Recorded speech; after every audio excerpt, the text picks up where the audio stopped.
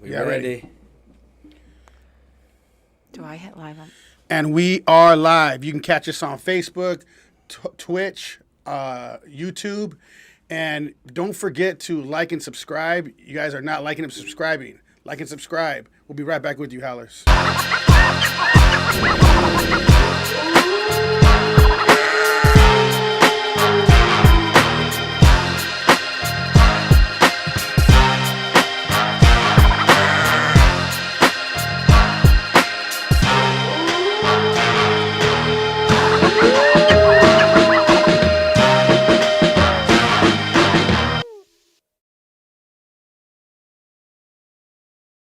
Howls over Bass. I'm Ronnie Adams. And I'm Jacob Casas, and this episode is called Holistic. So we have a special guest today. Before she introduces herself, I wanted to let the audience know we met in a networking event, our networking group. She's a president of a chapter for BNI. We'll go ahead and do a little shout out to BNI. But now we're going to turn to her and let her introduce herself and let the people know who you are. Hi, thank you so much for having me today. I'm formerly known as Dr. Patty Ann Ford, and I am a doctor, dietitian, and coach. So my main belief is I believe the mind and the body are connected, and I really work with people understanding, untangling what's going on in their mind, how it's connected to their body, and whatever goals. It's health goals, relationship goals, entrepreneurship goals. We work towards that.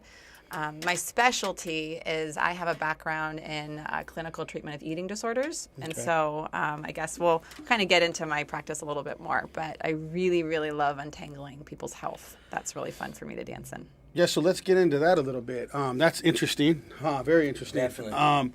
So let's get into that. Like so you started out with eating disorders, and you got into basically entangling people's mind on how to be, you said, even entrepreneurs. And so explain that a little bit. Exactly what do you do with that? Yeah, so when people say you're a dietitian, most people get real self-conscious real quick because they either look at the food they're eating or they think about chronic disease. With eating disorders, it's a lot of behavioral treatment. So it's a lot about thoughts and feelings and how you're thinking about food. And so as I started doing the entrepreneur space, I was starting to realize how people think about their food and their body. It's almost like a mirror to how they think about their business, how they think about their health, have you ever heard money is a mirror, health is a mirror? It's all how you think about things. And outcomes are a product of your habits. Habits are a product of what you're thinking, what you're feeling, what you're believing. And so I like to dance in that underlying habits of thinking space. Okay, so yeah, I like that. So if someone was to come up to you and they want to join this, how would they go about that? You mean how would they be a client? Yeah. Yeah, so I either see people individually, one-on-one, or we can do a group. I've done group sessions before. So there's different ways to interact with me. But I do free assessments all the time where I just talk with people all day long on kind of what's going on, how can I serve you, how can I help you, what goals do you have. So there's 3 different ways they could interact with me, but maybe we'll get there. And those are on just diets, or you said that you talk about other things too, so. Yeah, so I work with, a lot of times it's within health. So a lot of times it's I have a food addiction or I'm a chronic dieter. So there's some sort of pain point. And sometimes it's weight, sometimes it's gut health. Everyone's health is so different. Okay. I've spent a lot of time with eating disorders. So clinical eating disorders or chronic dieting. Food is just really, really painful. It's not that sexy either to say, oh yeah, I struggle with food, right? It's not that fun to talk about. So usually they're in a lot of pain. Lately, within BNI, I've been in BNI for about a year, it's been really fun to navigate these same principles on how you connect with yourself, how you connect with people. The same principles within eating disorders is actually similar in building a business. There's a really cool parallel. That's interesting because it seems like you're going to spend a lot of time one-on-one with these people because it's a lot going on. It's just not you're working with one thing with the person. No. You're working with multiple things. Yeah. So how long are you spending with these people, with your clients? I used to do okay, let me just see you one time and then let's do a meal plan and move on, right? Mm-hmm. And I did a lot of that when I first started, but then I realized it's not actually beneficial to anybody to get a meal plan and say bye. No. So usually I'll work with people for a month at a time just so they can first get to know me and trust me. Because a lot of times it's about trust. When you're working with someone, you got to be able to trust them. Right. So just getting to know me and trust them. But then I work with people for about 6 months at a time. 6 months is when you can really, if someone's willing to do the work, you start to see changes in about 6 months. It's not a sexy sale. Like, work with me, you'll see changes in 6 months. Like, that's not it's not attractive. For lack of a better word. Customer, yeah. Yeah, but it's good. It's slow, deep. But that's slow realistic. work. That's the thing. It's real. So Yeah. I mean, they would have to understand like reality Yeah. at the end of the day. You And know? that is one of the biggest things I see is people, like, your reality is different than my reality, is different than your Definitely. reality. And like, all three of us are getting to know one another, but we all see the world very, very differently. And so you're going to understand something different than I am based upon what I believe to be true. You know what I mean? So it's just, we Yeah. all have different glasses on, for sure. Yeah. Yeah. And so, yeah.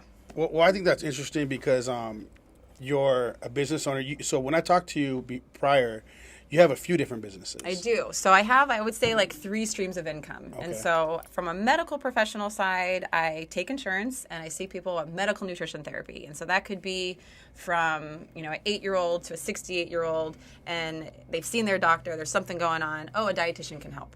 And so I'll see them use their insurance. Oh, and like an it's- insurance form. That's really good. Yeah, so I take major insurance carriers. The second form is this coaching piece where I really get to step into the world as a coach, which that's kind of a new term, but it's becoming more and more used in health and wellness spaces. Have you guys heard of like a health and wellness Definitely. coach? Yeah. So it's someone that kind of partners with you, invests in you're moving forward. So think of like therapy, you're here. Therapy, you're going to look at the past and you're going to really heal PTSD, trauma work, and look in the past. Coaching, you're going to move forward. So they're doing different things. Yeah. So that's the coaching piece, and that's what I've been focusing on in BNI is how can I help you move forward, whatever you're stuck in. And then the third piece, I have a direct sales business with Saint Beauty. So I've been a Saint Beauty artist for about 6 years in December, and that's where I started to realize, like, hey, I actually really like entrepreneurship in the direct sales space. Which I had no idea. I was in the medical community for so long. I had no idea what sales were. Well, I mean, the thing is, though, you have businesses, and then she's a president of a chapter, right? So you're just like moving up on a lot of things. Oh, yeah, so yeah. your mindset has to be a lot different than most people, especially being a woman in that field, or in the field of entrepreneurship. Yeah. So, I mean, tell us a little bit about that. How did you come up with this mindset of being an entrepreneur, being a president of a BNI? I mean, those are just so people that are not aware with BNI.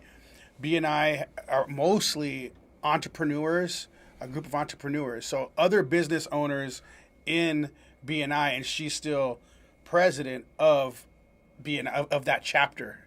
So I don't know if you want to explain a little bit more. Yeah. So I think I have been a coach my whole life. I just didn't know what to call it.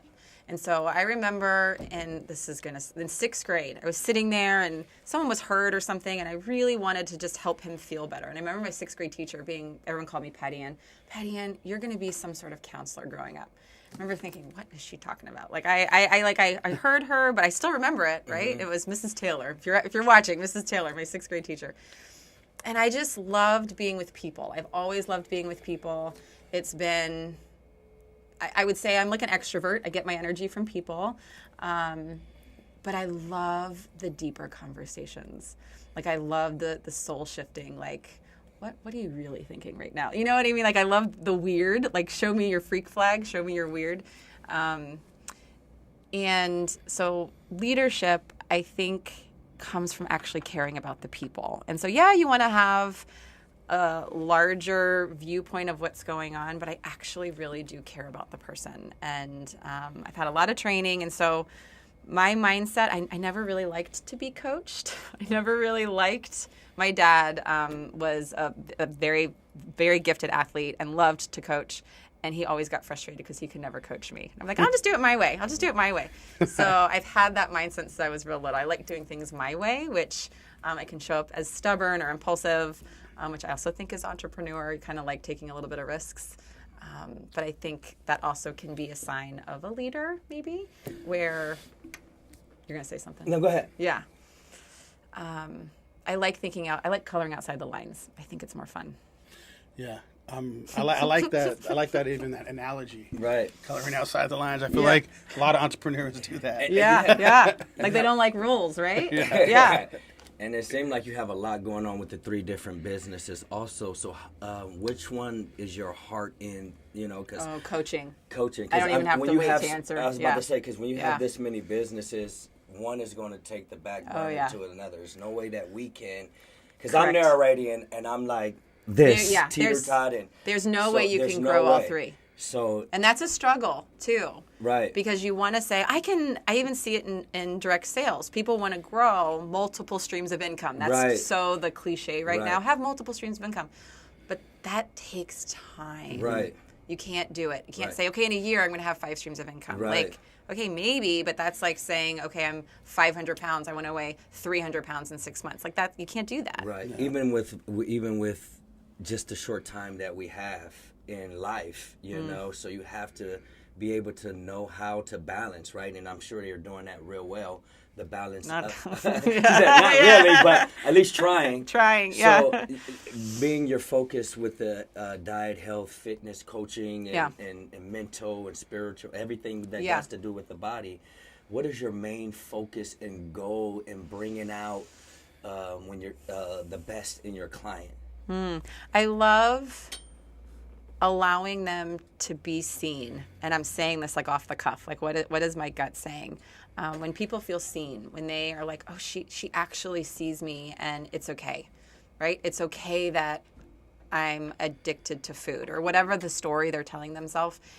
It's okay that I'm throwing up my food. It's okay that I weigh 500 pounds. I'm still worthy to be here. Wow. I think it's people just want to feel validated in whatever story they're in, because we're all just doing the best we can, right? Like I know you have trauma, whatever you want to say it. I know you have a story. Definitely. Even just meeting you, Definitely. like, oh my gosh, I know you probably have a story underneath of what you're doing. And just what you're saying right now about, and I don't mean to cut you off, I'm sorry, Yeah. being transparent with my audience, our audience, I had, and sometimes I still do, throw up my food, stick my finger down my throat. And I know it's not good for me, you know what I mean? And how long am I going to do this? You know what I mean? I've overeaten. I want to look a certain way. I want my body to be a certain way. I know that's not right. And even in my mental, that's not right. You know what I mean? I go out and I spend $100-something, $120, $150 on a meal. And then I go in the bathroom in the restaurant and I throw it right back up. Or then I get home and I throw it right back up. Because mentally I want to look this certain way. Or I want to, you know what I mean? I'm looking myself in the mirror, you know what I mean? And I'm punishing my body every day to look a certain way. And I know there's other people out there like that. Yeah. So when you said that, I understood. Yeah. I think when someone reveals a part of themselves like you just did, they're like a moment of silence or something. Like just, that was really powerful, what you just said. Thank you for sharing. So what would you like? Let's just say he was in your clinic, or what would you say to something like that? If someone was to come to you and talk to you about that, how would you respond? So just like a little taste of what the audience, like you're not doing anything wrong. You're not doing anything wrong, and so I think what I heard you say is like, I want a certain thing. I want to look a certain way, and so you want to be enough. You want to be this certain thing, and so I'm willing to do hidden things that nobody knows so I can be a certain thing, so I can be enough. So at some part of you, if you want to get real deep, there's some story, and I have the same story that I'm not good enough. And where you got that, who knows? Something happened to you where at some point you were told, okay, well, you're not enough, so keep doing this. Because that's not intuitive. Putting your face over a toilet bowl, throwing up, that's not, you don't really want to be doing that. Mm-hmm. But it's almost like a learned behavior. It's the same thing as scrolling. I mean, it's the scroll hole. Mm-hmm. Like, how often are people just lost in their phone, and they're checking out. Right, and you're 100% right, because I do feel at some times, and I believe a lot of people feel at times that they're not enough. But also, people can show you that you're not enough. Oh, 100%. When they show you that, you start believing it. 100%. So you have to look deeper inside yourself to really say, you know what, continually, this is not me. Well, I mean, look at the diet and fitness industry. be 100 pounds or have a six-pack or do all these things. Hustle, hustle, hustle, drive, right? Like, I mean, even on Thanksgiving, people are going to say, just cheat and then burn it off tomorrow. Right. If you look at the messaging behind that, Right. like the messaging is, well, you're not allowed to enjoy the food. You got to burn it off because you got to look a certain way. So I have nothing wrong with feeling good in your body. I mean, a six-pack, all that stuff, that's great. But that's why I love my beauty business, because you get to talk about beauty a lot. And beauty is the founder of Saint, Kara Brook. She was Allure's Beauty Blogger of the Year. And I think this is why I'm so attracted to this business, is her mission is to allow women to feel beautiful. But beauty is not objective, it's subjective. Right.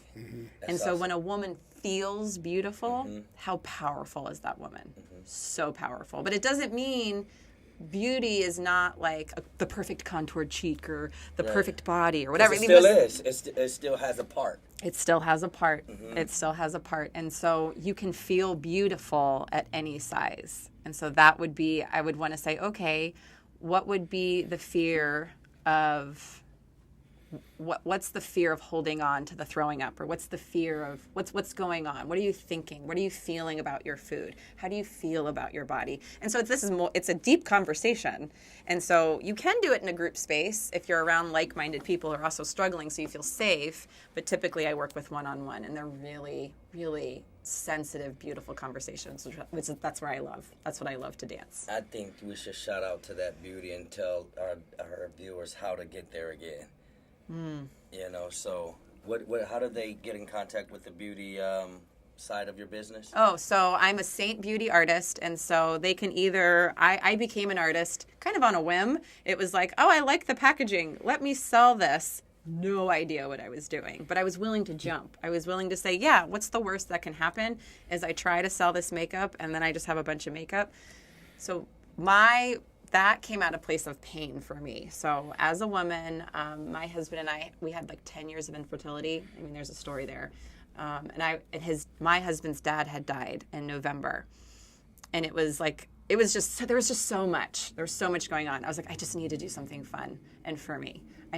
So I signed up for this makeup company. And at the time it was called Mascara. So I signed up, and I was having so much fun. I was going on girls' trips. I was doing all this stuff. And then it just started to grow. And I think because I was authentically just being myself. I wasn't trying to do anything. And that's really attractive. Yes. Authenticity, vulnerability, definitely. All that stuff, right? Definitely. Yeah. So then the skills of sales. Then there's skills for sure that you can learn. But when you show up authentically, people are really attracted to that. They absolutely are. Then I started to realize, like, oh, I could work for myself. I didn't know that I could do that. I grew up with a teacher. My dad was an electrical engineer. So they just worked 9 to 5. And so I just didn't know you could work for yourself until now, Saint Beauty. So to find it, on my Instagram, you can either message me, or on my website, there's a way to we call it a color match, meaning you can get your colors for your makeup, or you can sign up for the business. And so it's a direct sale. So I would be your mentor, and we have a team. I have a team of about 200 people. So it's not huge, but my person that signs up, she's a team of 2,000 people. And so we're just in the United States and Canada. Definitely. And so hopefully we're expanding and internationally soonish. There's no date. So if any of you are listening, there is no date. But yeah, I mean, it can only grow. But sales is hard right now too in the economy. So yeah. Can we get a little bit more about yourself? You told us that, your dad and your mom, they were worked their 9 to 5. Mm-hmm. What did you grow up, and what were your dreams and aspirations as kids before you got into this business? Did your parents or whoever raised you ever ask you what you wanted to be when you grew up? Always. Yeah. Always. What did you guys say? I was sports. Sports, okay. Yeah, so an athlete. Yeah, athlete. Yeah. I kind of wanted to be like in the art industry, like comic book type stuff. Things. Yeah. So you're doing it. I wanted to be the queen. That's what I said growing up. Oh, you're building it to be that, though, right now. And Mom, if you're watching, that's what I said. I was like, I'm going to be the queen. Yeah. I'm little. I didn't know. And then I wanted to be in medicine. I wanted to be an OBGYN, actually. I was really good at math. I really liked school. And so, but honestly, I started going to college. I went to University of Maryland, go Terps. And I didn't like the chemistry class because it interfered with my social life, which sounds so horrible. So I was like, I did kinesiology, which was exercise science. And then I got really involved in sports there. I was not a cheerleader, but on the dance team.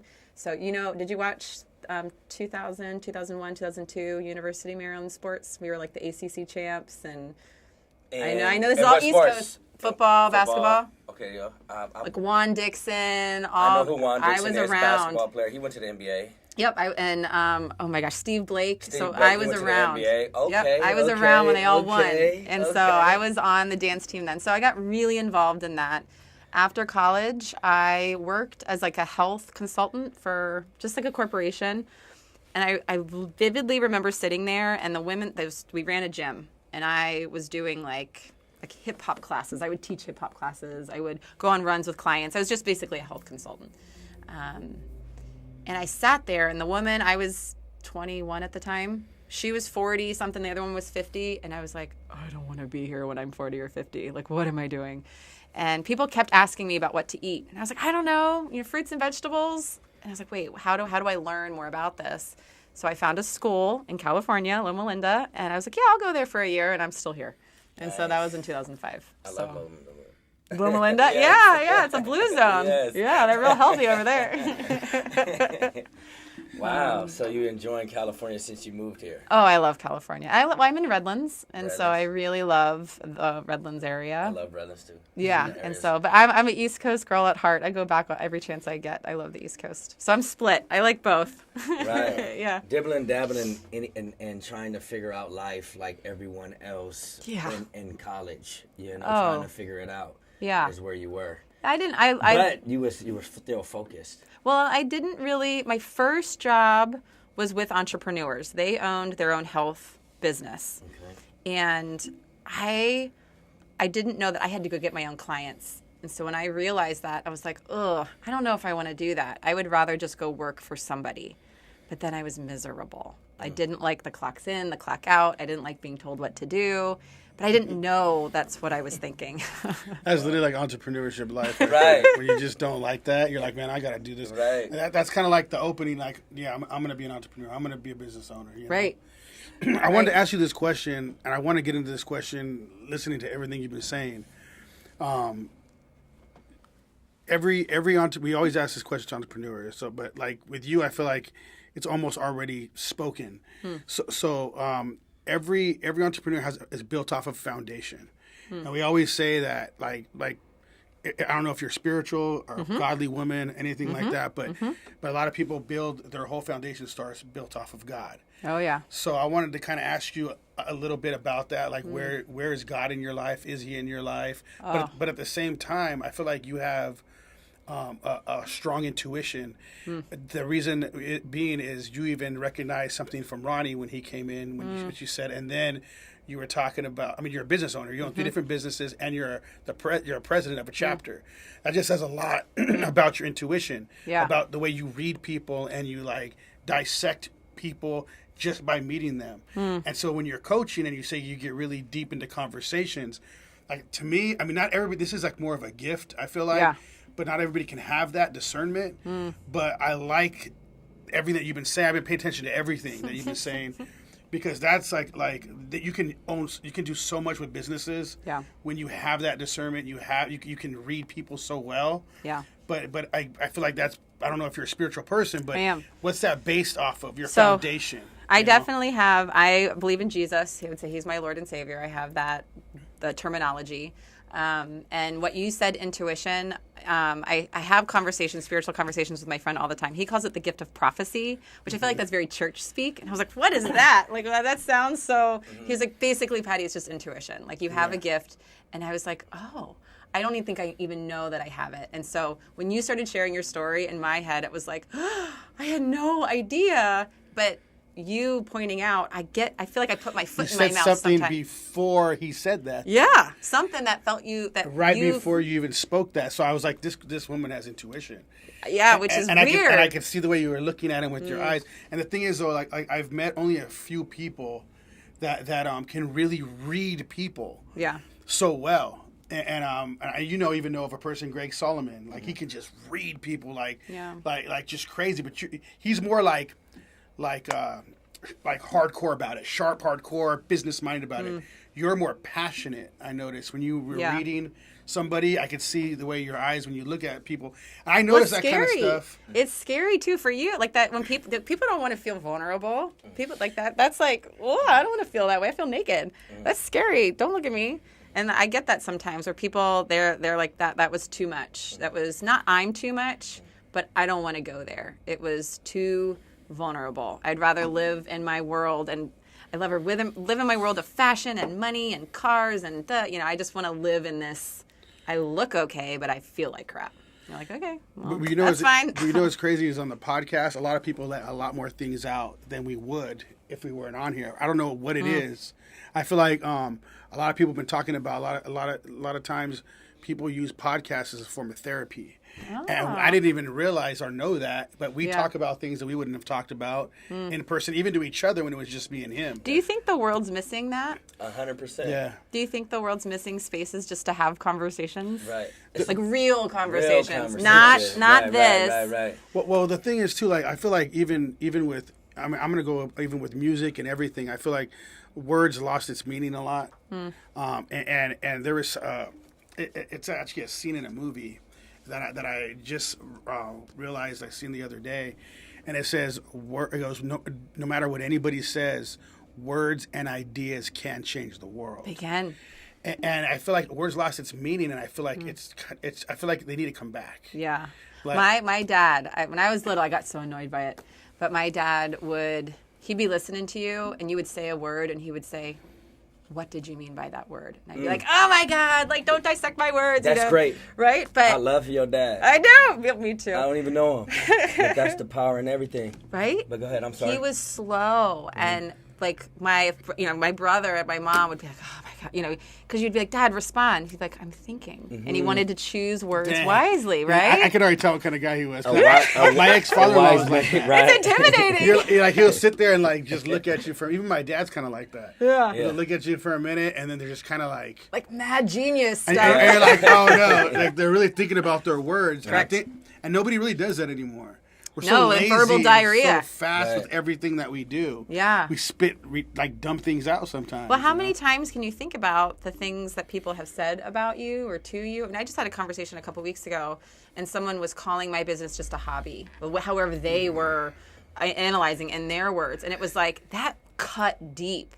And so instead of fighting back, it was able to say, okay, why did that cut deep? What's happening for me right now? Let me, and that's where I have my coach to be like, well, you have to hear that, and I have a space to be safe, to be me. But those words are still ringing true for me. And they're just words. Right. But they're not just words. Yeah. They have meaning. See, and that's why it's good to surround yourself with other entrepreneurs, I think, because like me, I feel like I got that a lot too. Like they're like, "Oh, how's your little business doing?" Yeah. So I got to tell them, "How's your little job doing?" Right. Go ahead and cuts. go. Why don't you go ask permission to go on vacation? Why don't you go ask all this permission then?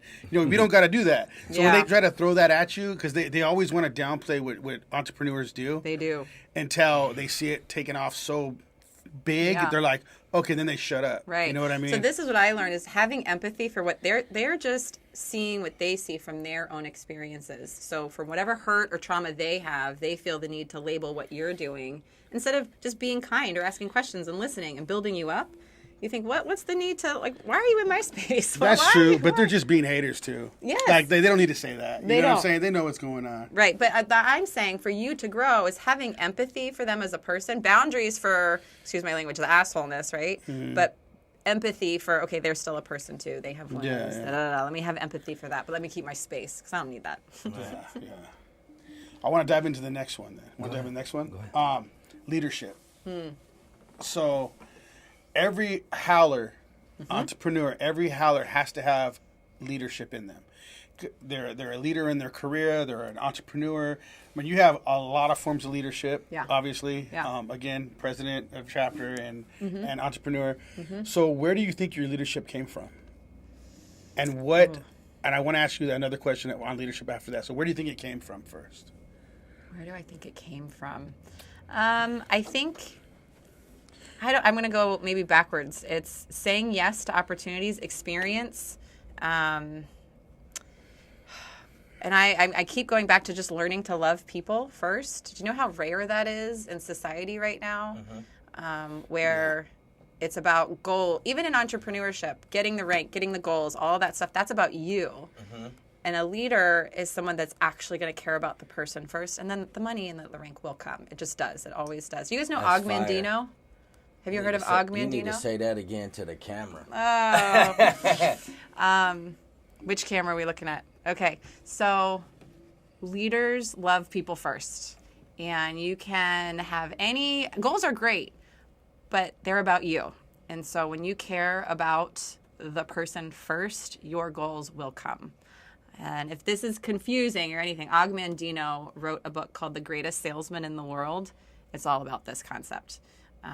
Love the people in your life first, and then you will become a natural leader, because that's so rare. And then the money will come. The money will come. The money will come. And there's skills, and there's definitely things, right, to do. But skills can be learned if you're willing to say yes and do the opportunity and put your ego aside, because you can't say you know everything. Because you might lose everybody else around you. Correct. Also. While you're busy getting your goals, you've lost all the people you're going to celebrate the goals with. No one's going to like you anymore. She doesn't have time for us. She's busy working or whatever. And even coming here on this podcast, my 9-year-old, I swear, he is a gift of intuition. He goes, Mom, we're delaying our vacation and spending less time with our family because you have to go to work. I was like, ugh. Like right in the heart and the gut. And I said, yes, and when I'm with you, I will be with you. And he's 9? He's 9. He's like, delaying our vacation. Yeah. You're like, okay, bye, but it's also, that's the reality of, this isn't work. I love doing this, but yeah, I chose being with you guys today over my family. And so how many times are you doing that today? And thank you for being here. Yeah. So I had an entrepreneur, he was my client, and he's not there for health. He is here because he recognizes Og Mandino, and I have a whole curriculum on leadership and entrepreneurship. And he was complaining how his current job he doesn't like. Doesn't like it, And I said, well, you're choosing it. He goes, no, I have to be there. I have to be there because I have to make money. I said, no, you don't. You don't have to do anything. You're choosing to be in your job versus putting your daughter to bed. And he was like, oh, it was just realizing we have a choice in everything. You don't have to do anything. Yeah. And so now going to this part, this is the question that we've been asking a lot of other entrepreneurs, and we've been getting different answers. Right. And they're all good answers. So this is what I wanted to ask. So you already been talking about leadership, but what do you believe a leader is? Definitely. A servant. A servant. Servant. Expand. A servant. I mean, it's service. It's not about them. A leader is you're putting it does have to be about you. You do have to have some selfish, but service is when I'm with my client, I have to drop all of my answers, all of my preconceived notions, all of my judgments, and really step into their world. I mean, that's what a leader is. Like when I'm with my BNI, am I there to serve them? What are their needs today? I can have an agenda, but am I willing to drop the agenda and see what they need, right? Mm-hmm. That's a leader. That's great. The part that I caught the most was drop all of my answers. Ooh. That was fire for me. Because when you're dealing with other people, you already think that you have the answer before they even start talking. Oh, yeah. And as a clinician, you're taught to diagnose, assess, diagnose, and treat. And there's like a thing. Mm-hmm. So I had to unlearn this a little bit. When I first started coaching, I literally had to sit on my hands. I was like, shut up, Patty. Like, shut up. Just listen, and the questions will come. And I still am like, give me a list of questions to ask people. I still have that in me. But when you're really listening to someone, which is listening to understand, not waiting to speak, the questions will come. See, that actually mean a lot to me, that part right there, like listening instead of waiting to speak. So I was working for somebody at the time. Yeah. And I'd always be like having to defend myself. I felt like, because you always have to do that. But at the same time, this boss was different than the other bosses I had. So as I was always he's always writing me, and I'm like, dude, like I'm doing my job. What else do you want from me?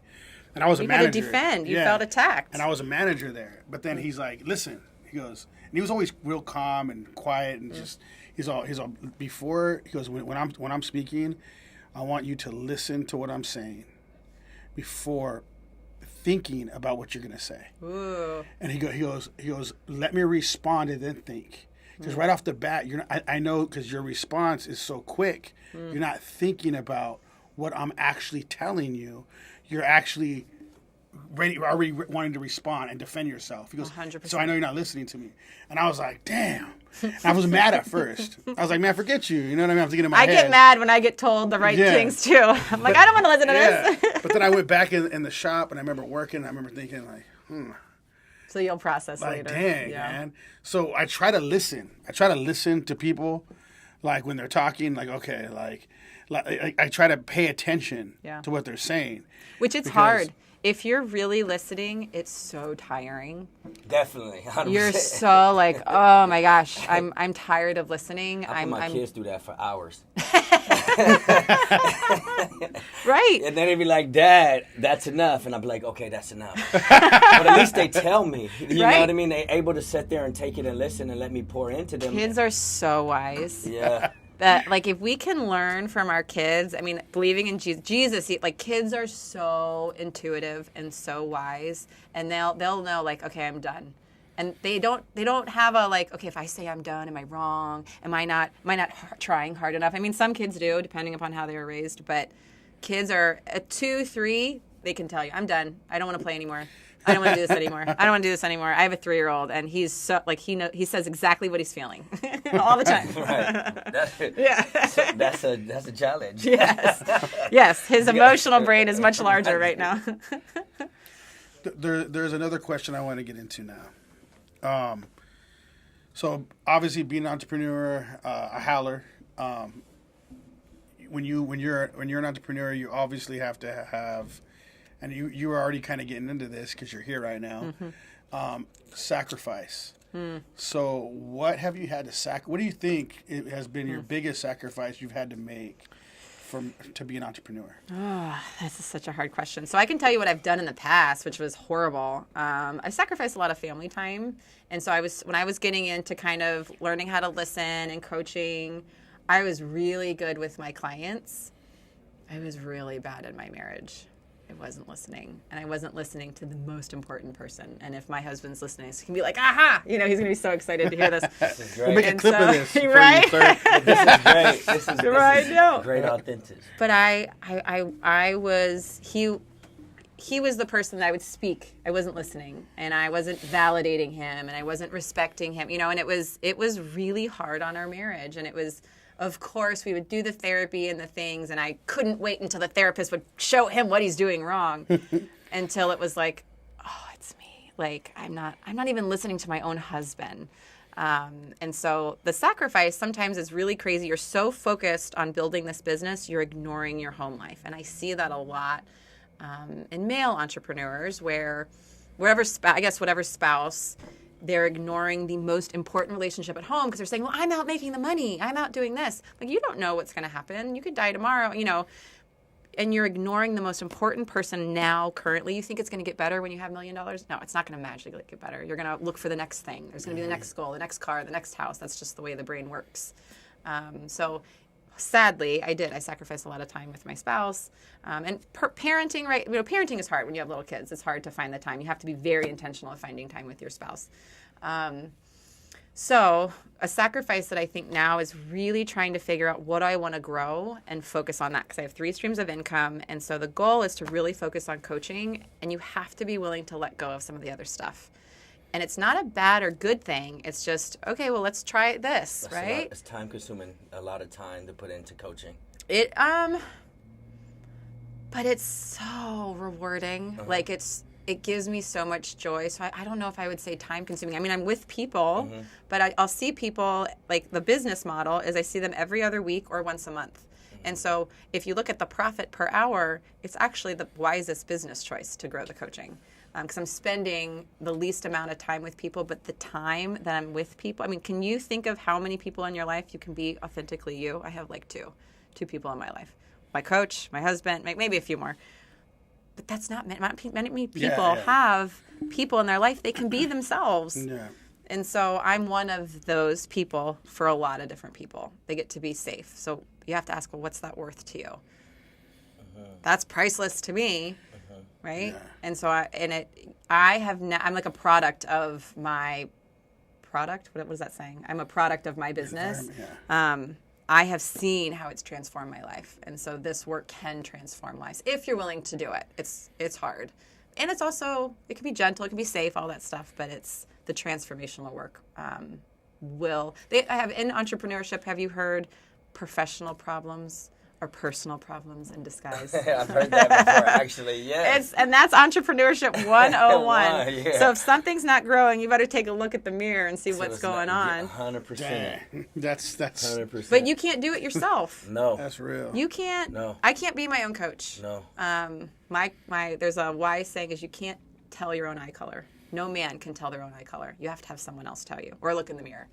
Your self-sacrificing is just. And the reason why I say it's just, and I know your husband was going to see this. Maybe, if he's still listening. Right. But at the end of the day, women have superpowers. And once a man understands that logically and reality, a woman has superpowers. They do. They're respected. They do. You know what I mean? They and do. just, Oh, he's such a good husband. and be a great husband. Yes, be a he's. great husband. Nobody's perfect, No, and so we no, have no, all no, of no. our stuff, but he's so supportive. Right. And so I think he knows I have superpowers. He might not say it all the time. And I'm saying your husband don't. A lot of men, I'm not getting into relationship stuff. Yeah. But a lot of men don't see it because they're so. I go to work, but the woman goes to work and she does all this with the kids, picks them up, take them to school, does the homework, feeds them, feeds Oh my you. gosh, yeah. Put them to bed. Well, even before I came here, I was getting dressed and I was feeling good, and we're getting ready to go on vacation and stuff.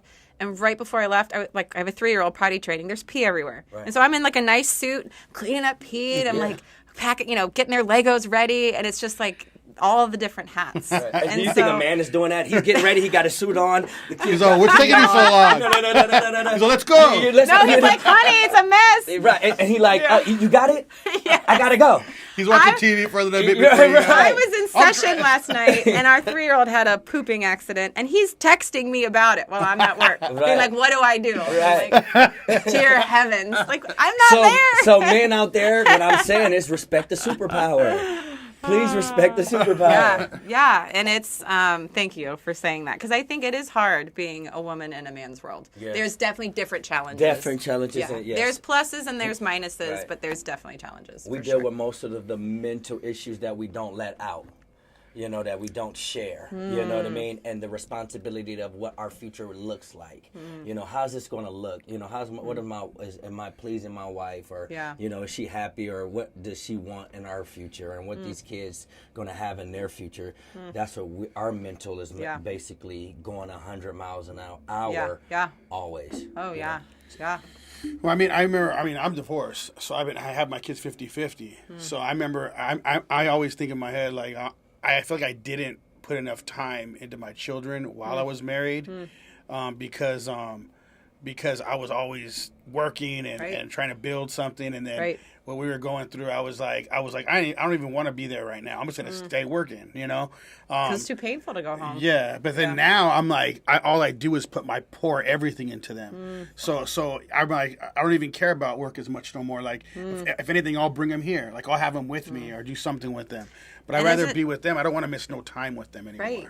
you Well, know? and you had to go through something so painful. Yeah, to see understand that, yeah. Yeah, and that's an entrepreneur right there. Yeah. You And had now to I go see what's something real. so Now I painful. see what's the most important thing. Yeah, well, think about that, how that also affected your business. Sometimes we have to go through something really painful in order to see the value of something. Yeah. And sometimes it just shifts your entire life. I mean, that shifted your entire life. Yes. Yeah, yes. your entire now life I'm, changed. Now I'm mom and dad at home. I have to for 50% of the time. Yeah. You know? I Yeah. have to do everything. I'm Yeah. like, dang, it's a lot of work. I'm like, cook, It is. clean. Don't miss what she just said. Sometimes you have to go through something painful to see the value in it. It's not always. It's just sometimes. Sometimes you have to go through some pain in order to see and in order to appreciate, either what you lost or appreciate what's in the future. Well, what's that song? Scars Are Beautiful. What's that song? I love that song, and it's kind of, I mean, it can be cliche, but like we all have scars, Right. And so I love knowing people's scars, feeling people's scars, because that is what makes their story. There's a really good book by Oprah Winfrey and Dr. Bruce Perry on what happened to you. And it's just this really good conversation on what has happened to you has shaped you. And so you can either choose to grow from it, you can hide from it, but I can guarantee you my story will impact other people's story. I went through 10 years of IVF. It was awful. But I have 2 beautiful boys and so many miscarriages and all awful things. And so I can either choose to grow from that, pretend it didn't happen, and not deal with the pain, which I did for a very long time. I worked. So I would be called a workaholic. Okay, let's just keep working. Let's just keep working. Let me distract myself. But until I dealt with the pain, that's probably what allowed me to be an entrepreneur. Is I actually had to do the work. I had to do the inner work. I mean, I didn't have to, but I chose to. Wow. That's a lot. Superwoman. It is a lot. Superwoman. Yeah. No. And so that's I think I have to recognize there's a good Mother Teresa quote. If you want to if you want to change the world, start with loving your family. Start there. And so start there and then your business. That's so crazy. I can see that. That was fire. Yeah, I know. Thank you for the quote. Yeah. That is great because I mean it's weird because that just barely started happening to me like a few months ago. You know what I mean?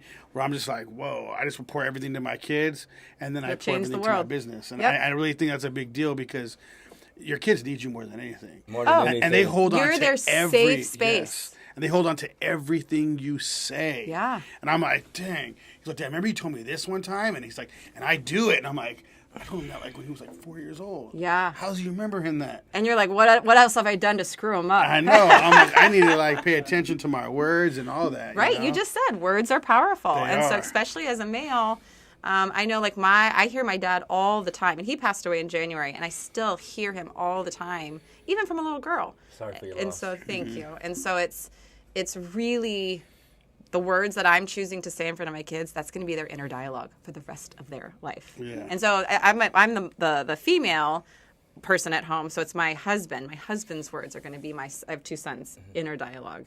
And so I'm like, you can't say that. You're going to ruin them. You can't say that. So. But you guys are both treating them how to, you both are teaching them what a husband should look like and what a wife should look like. We're trying. I mean, it definitely is not perfect. It's definitely not perfect. But when we were really struggling, we saw it in our oldest. He was acting out. It was like we could see it. We could see he was acting different. And so it was like, dude, what are we doing? Like we're affecting him. That's not okay, you know. And so that's when a mother's love gets real strong. Like that's affecting my baby. And I that got to figure affects this their out. whole life It from does. there on out. It does. And that's when I started thinking too, as Ben, I'm going to be affecting his whole life. I have to literally think about everything I do. Yeah, in front of them. but talk about it. Just I think it's just sometimes people, especially maybe men, not all men, they just don't want to talk about it. Talk about it. Even have the hard conversations. Just talk about it. Everything. If you feel safe, everything's fair game because we're just going to talk about it. Yeah. And so. Yeah, I always talk to my kids. Yeah. I always have long conversations with them. And So everything. even in business, let's talk about it. Let me connect with you and let's talk about it. Not because I want you to hit rank or I need you to make a sales, because I care about you as a person. Let's talk about it. Where's your mind at? Yes. Where's your mindset? Yeah. Where are you in life? Yeah, Because or if you're not at a good space, we can't be productive here. Right. Or like, what is going to be the next best step for Yes. you? Yeah. You just had a death in the family. Are you okay? What's going on? Right. Meet them where they're at. Right. Yeah. So we are running out of time, right? We got about 13 something minutes. We still got time. It's already been an hour? Because Goodness. I did want to get into some other questions then, but I wasn't sure how much time we had Can we left. talk about... No, go ahead. Yeah. Yeah. No, go for it. I mean, I've seen this, here, so I wanted to talk So about... what makes my practice really unique? Because there's a ton of different coaches that are so wonderful out there. But what makes mine unique is we have this profile. It uses deductive science. So have you guys ever taken like what color yellow are you? Or what personality are you? I've heard of that, Enneagram, but all that yeah. type of stuff. That's Right. inductive, meaning, no, I've switched it. This is inductive is you tell me what you've done in your life and I'm going to tell you what yellow you are or whatever. It's based upon behaviors more likely. This assessment, we're going to look at your thought patterns because if the very beginning, think about diet and health. The habits that you choose to engage in are based upon your beliefs, thoughts, and emotions. So if you really want to change your habits, think of any sort of recovery center or think out like AA. In order to actually change your behaviors, you got to change your mindset. And so if you want to do anything in business, guess what? You got to change if you want it to stick. If you actually want it to be transformational. You can do anything for 6 weeks, right? Right. You can do anything for 6 months, a year even. But if you actually want to make your business your life or be time freedom, all that stuff, you got to shift how you think, your emotions. So this assessment is deductive, meaning it's going to go underneath and look at your conscious and your subconscious thought patterns. It's all based upon science, and it takes 2 seconds. You can find it on my website. Well, it takes 10 minutes. And it's online. It's free. And then I go over it with you for free and hopefully give you some value. But then if you want to engage with me in coaching, we'll shift these thoughts so we get to where you want to go. And that's not up for me to decide. I'm not going to tell you what to do. You already know what to do. I'm just going to help you figure it out. You know, it would be a good episode is let's read your assessment. Yes. That would be fun. Bring her. But you know what would even Bring be a it better on. episode is if we sent this out and we had some of the people and they come in the chat. Oh yeah, let's do that. And then we do a whole episode. You got to be willing to with talk different about the hard people. stuff. And Yes. I'm gentle. I am a firm believer in gentleness because you can't shake someone. Think of a toddler. You can't be like, calm down, right? What actually calms the toddler down is a hug or pressure or a song. You know, you have to be gentle. So I would love to do it, though. I love talking about that stuff. Quarter works for mine. They hate that. They hate No, that quarter. They're like standing in there. It's like their whole life is stopped. Oh, but they just want dad to say, all right, I see you're really struggling, man. It's okay. I just validate your pain, man. And a lot of time when kids are doing that, it's because they're not getting attention. Or enough attention. They feel that they're not getting enough attention. Oh, yeah, and it could be valid. Right. It also could be valid, you know. It could be a kid just wanting to act out. You know what would even yeah. be dope to do? Is have a section of the DNR girls do this Ooh, that's before fun. they come in. Imagine and have No. her assess them. Wouldn't that be dope to do? We've done this with Whoa. relationships. So you might blow it up. But so, okay, in relationships, if you do this, there's Sally and there's Bob or whatever, and then the third person. And so you have to be side really... dude? No! No. I mean, whatever, maybe. But there's a third, the relationship is the third person. And so you have to be really like...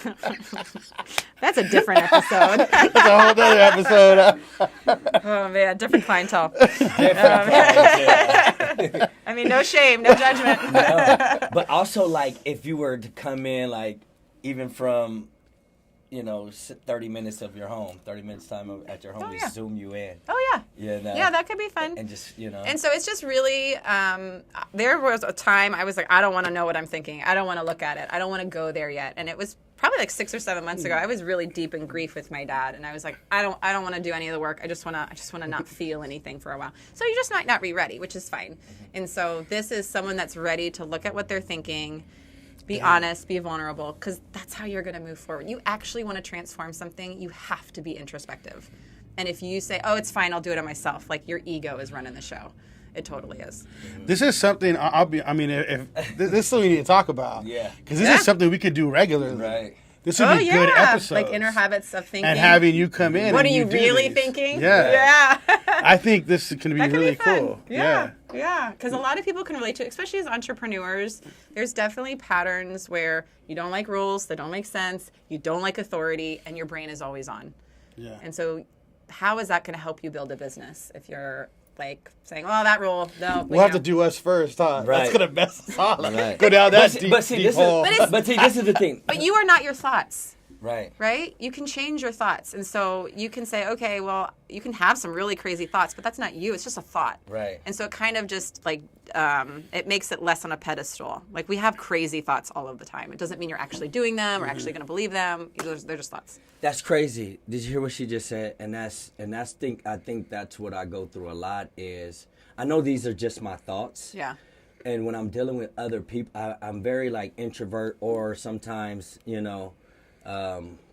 sometimes I'm, the life of the party, or I go out and just, but that's just sometime when I'm in that mood. Right. Most of the time I'd rather be by myself Right. or not around people because, and I'm not perfect, and I don't judge people to look at people. I'll look at you, But I feel like I over try to be authentic. Oh, And yeah. people don't like that. Right. They don't like, and even when you're telling someone the truth, Yeah. you know what I mean? They get prideful, they get hurtful. You see what I'm saying? So you can be too authentic. I think you know, so. even with Well, because it's about you, right? right. And so listening means you're not talking. Mm-hmm. Listening or trying to get to know someone means you're in their world, even if you don't like it. Even if it's like, well, I don't agree with this. It's not my terminology, but it doesn't matter. Mm-hmm. What does that person care? That's really hard to do if you have a loud inner dialogue or if you're in a lot of pain. Mm-hmm. Your pain is too loud to care about Man, other people. you don't even know the kind of girls that we bring on this show. Like, you're gonna blow their mind like this. Like they know. Like they man. need to be put on this. Right. Like this would be something so different to do. Yeah. Right. Well, and everyone loves talking about themselves usually, Right. but not if it's painful. So Not we if it's painful. Yeah. Yeah, And we'll let them know first time. We Yeah. can send it to them, and if they do it, then we can. The ones that did it, we can bring So, them on and do something. when I first got introduced to this, it was 2019. I was so cocky. I was like, I don't need this. This sounds like therapy. I'm good.